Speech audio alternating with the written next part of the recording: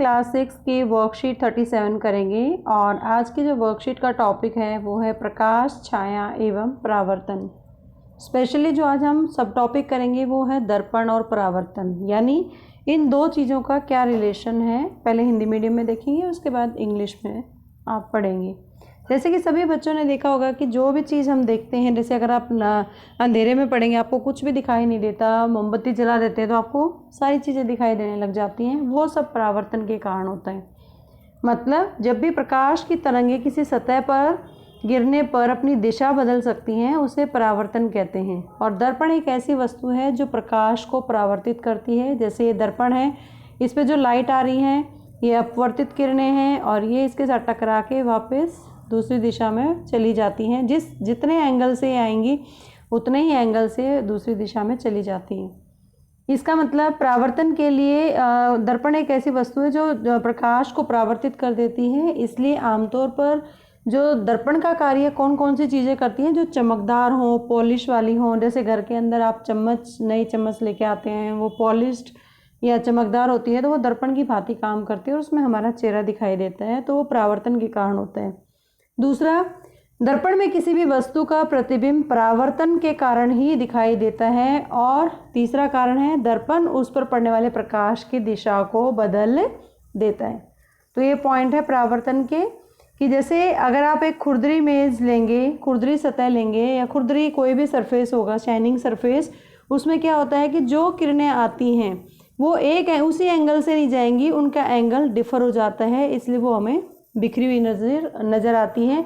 इसलिए जब भी हम किसी सतह को खुरदरा कहते हैं तो हमारा मानना होता है कि खुरदरा सूक्ष्मतम स्तर होता है। यहाँ तक कि एक पेंसिल पर अगर आप थोड़ा सा पेंट की चिकनी दिखाई देने वाली सतह भी अगर माइक्रो लेवल पर बहुत ही खुरदरी होती है, इसका मतलब जब प्रकाश किसी खुरदरी सतह से परावर्तित होता है तो प्रकाश की किरणें कई अलग अलग कोणों पर परावर्तित होती हैं, जिसके कारण हम किसी सतह को किसी भी कोण से देख पाते हैं। तो परावर्तन है वो सभी दिशाओं में होना शुरू हो जाते हैं। अब इस वर्कशीट के आधार पर ये कुछ प्रश्न दे रखे हैं कि प्रकाश का परावर्तन क्या है, दर्पण को परिभाषित करें, क्या होता है जब प्रकाश किरणें दर्पण पर गिरती हैं, या चमकदार सतह की आवश्यकता क्यों होती है। किन्हीं दो पदार्थों के नाम लिखिए जो अच्छे परावर्तक हैं, जैसे दर्पण है, चम्मच है, थाली है स्टील की। बहुत सारे एग्जाम्पल आप इसमें दे सकते हो। तो जो आपने वर्कशीट में पढ़ा उसी के बेस पे क्वेश्चंस हैं। Now the time for the English medium students, and today's worksheet is worksheet 37 for the class 6, and the topic is light, shadow and reflection, and especially the subtopic of today's worksheet is mirror and reflection. So everybody has seen the mirrors and you also see your images inside the mirror, and that images are formed only due to reflection of light. And what is the reflection? When the light waves may change their direction upon striking a surface. This is the surface. When the light rays incident on it, it changes direction and they change the direction. This process is called reflection of light. And mirror is the object which reflects light.